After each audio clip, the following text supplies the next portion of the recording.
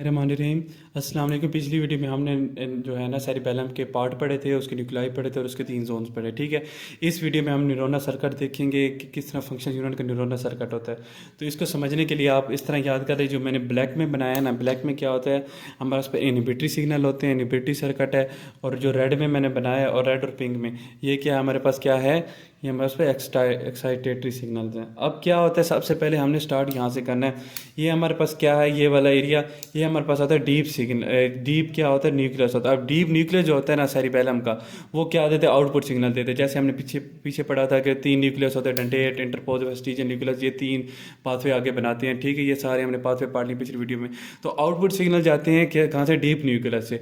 अब deep nucleus जो है ना, वो खुद सिग्नल कहाँ से लेते हैं, इनपुट उसको सेरिबेलम में इनपुट कहाँ से आती है, इनपुट जो है 2 पाथवे से आ सकती है। या हमारे पास होते हैं क्लाइंबिंग फाइबर, या हमारे पास क्या आते हैं, मोसी फाइबर होते हैं। ठीक है, 2 फाइबर होते हैं हमारे पास। क्लाइंबिंग फाइबर जो होते हैं वो इन्फीरियर ऑलिव न्यूक्लियस से जो पाथवे आते हैं, उसको क्लाइंबिंग पाथवे के जरिए वो इंटर होते हैं सेरिबेलम में। और इन्फीरियर ऑलिव न्यूक्लियस के अलावा जितने भी हैं ना हमारे पास एफरेंट पाथवे, वो मोसी फाइबर के जरिए इंटर होते हैं। ठीक है, तो जब क्लाइंबिंग फाइबर की सबसे पहले बात करें, तो क्लाइंबिंग फाइबर जो है ना, वो सबसे पहले सिग्नल देते हैं डीप न्यूक्लियस को। और ये होते हैं एक्साइटेटरी सिग्नल, जिसकी वजह से डीप जो है ना न्यूक्लियस, वो अपना आउटपुट क्या देता है, एक्साइटेटरी देते हैं। मतलब उसकी वजह से मसल वगैरह कॉन्टैक्ट करते हैं। ठीक है, आप इस तरह याद कर लो। तो एक्साइटेटरी सिग्नल है। फिर ये जो क्लाइंबिंग फाइबर जब एक्साइटेटरी सिग्नल दे देता है, तो आगे चला जाता है। और ये जो आपको ये शाखों वाला एक नज़र आ रहा है ब्लैक सा, ये हमारे पास क्या है, परकंजी सेल है। तो ये परकंजी सेल का न्यूक्लियस है। तो ये एक तरह से ये डीप न्यूक्लियस को सिग्नल दे के आगे चला जाता है और परकंजी सेल को एक्टिवेट कर देता है। अब परकंजी सेल क्या है, ये इनहिबिटरी है। ये क्या कहते हैं, ये डीप न्यूक्लियस को क्या कहते थे, इनहिबिट कर देते हैं। तो हमारे पास यहाँ पे हमें क्या समझ आए कि जो क्लाइंबिंग फाइबर है, वो पहले क्या कहते हैं, डीप न्यूक्लियस को एक्टिवेट कर देते हैं, जिससे मसल कंट्रैक्शन होती है। थोड़ी देर बाद क्या हो जाता है, बिल्कुल वो परकंजी फाइबर को एक्टिवेट करते हैं, जो कि डीप न्यूक्लियस को इनएक्टिवेट कर देता है, मतलब उसके इनहिबिटरी सिग्नल देता है। तो उसकी वजह से मसल कंट्रैक्शन नहीं हो सकती। ठीक है, तो वो क्या हो जाती है, मसल कंट्रैक्शन रुक जाती है, इनहिबिट हो जाती है। तो ये शुरू में क्या कहते हैं, कंट्रैक्ट करवाते हैं और थोड़ी देर बाद इनहिबिट करवा देता है with the help of Purkinje fibre. ये थे हमारे पास क्लाइंबिंग फाइबर। अब मोसी फाइबर है, उनका थोड़ा सा इससे कम्प्लेक्स है, इतना कम्प्लेक्स नहीं है, परेशान नहीं होना। जो मोसी फाइबर है ना, वो भी इसी तरह सबसे पहले सिग्नल देंगे डीप न्यूक्लियस को, एक्साइटेटरी सिग्नल देंगे पॉजिटिव, और उसे जो है ना आउटपुट क्या होगी, एक्साइटेटरी होगी। और एक्साइटेटरी आउटपुट की वजह से हमारे पास क्या होगा कि वहाँ पे मसल कंट्रैक्शन होगी। लेकिन साथ में वो यहाँ तो ये परकंजी फाइबर को ये दे रहे थे, लेकिन ये क्या करते हैं, ये हमारे पास ग्रेन्यूल सेल को सिग्नल देते हैं। अब क्या, मोसी फाइबर ने इधर सिग्नल दिया और फिर ग्रेन्यूल सेल को सिग्नल दीजिए, जो रेड रेड बने हुआ।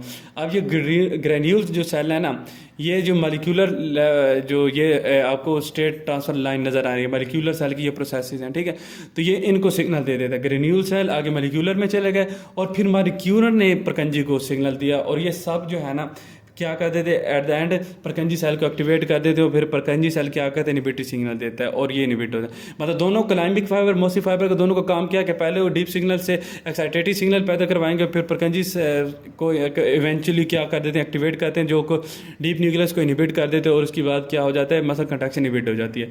तो ये पढ़ने का हमें क्या फ़ायदा है कि जो क्लाइंबिंग फाइबर होते हैं ना, वो जैसे ही कंट्रैक्शन कराते हैं, उसी वक्त इनहिबिशन करवा देते हैं, उसी मतलब डीप न्यूक्लियस के जरिए। लेकिन जो मोसी फाइबर हैं, वो एक्टिवेशन कराते हैं, और उसमें इनहिबिशन में थोड़ा टाइम लगता है। क्यों? क्योंकि पहले ग्रेन्यूल के पास जाएगा, फिर मॉलिक्यूलर के पास जाएगा, उसके बाद परकंजी के पास है। मतलब इनमें दो एक्स्ट्रा चीज़ें आ जाती हैं। ठीक है, ये है।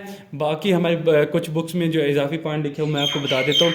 यहाँ तक आप लिख दें, आपको पूरे मार्क्स मिल जाएंगे। लेकिन कुछ जो है ना मोसी फाइबर, मैंने कहा कम्प्लेक्स है ये। अब अगर आप ना भी करना चाहें तो कोई मसला नहीं है, आप कर लें तो ज़्यादा अच्छा है। कि मोसी फाइबर से कुछ सिग्नल जो है ना, वो जाते हैं सैटेलाइट और बास्केट सेल के पास। किसके पास? सैटेलाइट, ये सैटेलाइट और बास्केट सेट के पास जाते हैं। ये सिग्नल जब इनके पास जाते हैं ना, तो ये इनहिबिटरी सिग्नल देते हैं परकंजी सेल को।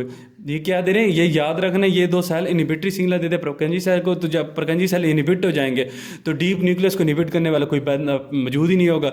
तो वो क्या होगा, सैटेलाइट सिग्नल पैदा होते रहेंगे। जब इसका मतलब ये है कि जब हमें मोसी फाइबर से कंटिन्यूस कंट्रैक्शन चाहिए, तो हम क्या करते हैं, मोसी फाइबर से सैटेलाइट और बास्केट को एक्टिवेट कर देते हैं। वो आगे जो है ना परकंजी को इनहिबिट कर देता है। इसलिए इनहिबिटरी सिग्नल जो है ना, वो मौजूद नहीं होते, सिर्फ एक्साइटेटरी सिग्नल होते हैं, और वो कंट्रैक्शन होती रहती है। ठीक है, ये हमारा बहुत इंपॉर्टेंट था एचसीक्यू।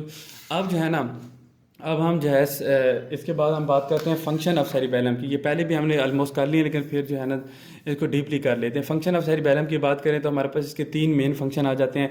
सबसे पहले क्या है कि बॉडी की जो इक्विलिब्रियम है उसको मेंटेन करता है। पीछे हमने पढ़ लिया कि वेस्टिबुलर पाथवे के जरिए करता है। फेलोक्यूलर नोड्यूल होता है, वहाँ पे हमारे पास क्या होता है, कौन सा न्यूक्लियर था, फेस्टिजियल न्यूक्लियस, ठीक है। उसके जरिए क्या करता है, वेस्टिबुलर पाथवे वेस्टिबुलर एरिया के साथ मिलकर ये इक्विलिब्रियम को मेंटेन करता है। दूसरा क्या है, control the distal portion movement. Distal portion movement हमने पहले पढ़ लिया कि इंटरमीडिएट जो जोन था ना, ये पिछले लेक्चर में, इंटरमीडिएट जोन और डिस्टल पोर्शन मूवमेंट है ना, उनको कंट्रोल करता है। और ये किसके साथ मिलकर काम करता है, स्पाइनोसेरिबेलर पाथवे के जरिए, ठीक है। फिर तीसरा है प्लानिंग सिक्वेंशियल मूवमेंट। ये भी हमने पढ़ लिया, जो लैटरल जोन था, ये वाला लैटरल जोन, ये हमने पिछले में पढ़ लिया कि वो प्लानिंग सिक्वेंशियल मूवमेंट करते हैं। प्लानिंग उनकी करते हैं सीक्वेंस के साथ किस तरह मूवमेंट होनी है, ठीक है। और ये जो पाथवे है ना, ये लैटरल जोन के साथ जो है ना इसमें इन्वॉल्व होता है, और ये सेरिब्रो सेरिबेलर पाथवे इसमें इन्वॉल्व होता है। तो ये आपने तीन पाथवे याद कर लेने हैं कि कौन सा जोन के साथ कौन सा पाथवे इन्वॉल्व हो रहा है और क्या फंक्शन हो रहा है, ठीक है। अब हम जो है ना, अब हम पढ़ते हैं कि अब ये हमने तो सिंपल पढ़ना है, वेस्टिबुलर पाथवे, स्पाइनोसेरिबेलर पाथवे, सेरिब्रोसेरिबेलर पाथवे की ये काम है। अब इनको एक एक उठाएंगे और उनको जो है ना डीपली देखेंगे। सबसे पहले हम देखें हैं वेस्टिबुलर सेरिबेलर पाथवे। अब जो वेस्टिबुलर सेरिबेलम है ना, वो क्या करते हैं, ये दो ही काम करते हैं। एक एक्विलिब्रियम को मेंटेन करते हैं, दूसरा पोस्चर को मेंटेन करते हैं। एक्विलिब्रियम को हमारे पास रेटिकुलर फॉर्मेशन के जरिए, और पोस्चर को मेंटेन किसके जरिए कर रहे थे, शाबाश, पोस्चर को, एक्विलिब्रियम को हमारे पास सॉरी वेस्टिबुलर एरिया के जरिए, और पोस्चर को रेटिकुलर एरिया के जरिए ये कंट्रोल कर रहे थे, ठीक है। अब क्या होता है, अगर एक बंदा बहुत ज़्यादा तेज़ी से दौड़ रहा है, ठीक है, अब एक बंदा बहुत ज़्यादा तेज़ी से दौड़ रहा है तो उसके फीट से सिग्नल जाएगा सेरिबेलम में, ठीक है।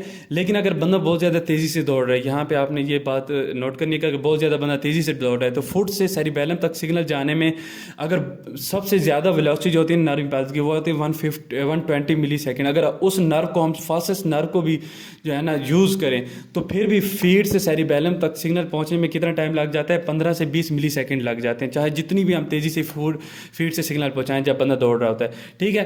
तो हम क्या कहते हैं कि जब इतनी 15 से 20 मिली सेकेंड लग जाते हैं तो जब तक सेरिबेलम में सिग्नल पहुंचता है ना, तो वो बंदा 10 इंच क्या कर लेता है, 10 इंच उस टाइम तक वो 10 इंच क्या कर लेता है, सफ़र तय कर लेता है। तो फिर ये कैसे होता है कि सेरिबेलम जो है ये इस एक्विलिब्रियम और पोस्चर को मेंटेन करती है, और किस तरह ये है ना रैपिड मूवमेंट को ये कंट्रोल करती है। क्योंकि रैपिड मूवमेंट जब हो, रैपिड मूवमेंट के सिग्नल फीट से वहाँ तक पहुँचने में इतना टाइम लगा देते हैं कि एक बंदा जो थोड़ी देर पहले यहाँ था तो उसका सिग्नल पहुँचते पहुँचते बंदा इधर पहुँच जाता है, ठीक है। तो वो किस तरह मेंटेन करते हैं, तो हम इसको कहते हैं कि ये हमारे पास जो वेस्टिबुलर एरिया होता है ना, वेस्टिबुलस सेरिबेलम, ये इस चीज़ को कंट्रोल करता है। कैसे कंट्रोल करता है कि signal from the periphery tell the brain how rapid and in which direction person is moving.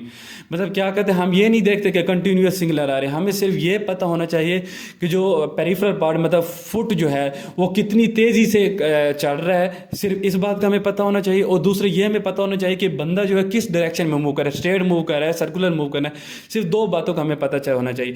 इन दो बातों को मतलब कितना रैपिड मूव कर रहा है और कितना किस डायरेक्शन में मूव कर रहा है, इन दो चीज़ों को जो मालूम करके ना जो वेस्टिबुलर सेरिबेलम है ना, वो कैलकुलेट कर लेता है कि थोड़ी देर बाद अब अगर बंदा इस डायरेक्शन में जा रहा है स्ट्रेट और इतनी स्पीड से जा रहा है तो थोड़ी देर बाद वो क्या होगा, राइट टर्न लेगा या लेफ्ट टर्न लेगा। मतलब वो इन दो चीज़ों को कैलकुलेट करके वो एडवांस में ही बता देता है कि जो whether what will be the where will be the different part of the body in the next step. मतलब वो ये कैलकुलेट कर लेता है कि बॉडी का कौन सा पार्ट नेक्स्ट टाइम में कहाँ पे मौजूद होगा। इन दो चीज़ों को वो कैलकुलेट कर लेता है। इसको मैं रीड कर देता हूँ। The signal from the periphery tell the brain how rapid and which direction person is moving, then the vestibular cerebellum calculate in advance from rate and direction. In rate और direction से vestibular cerebellum calculate कर लेते हैं that where will be the different part of body in next millisecond, के next millisecond में body के different part कहाँ पे मौजूद होंगे, ठीक है। इसके बाद जो हमारे पास सिर्फ दो टॉपिक रह गए हैं, स्पाइनल सेरिबेलम और सेरिब्रो सेरिबेलम, वो हम नेक्स्ट वीडियो में करते हैं, आपने लाजमी देखनी है। Thank you.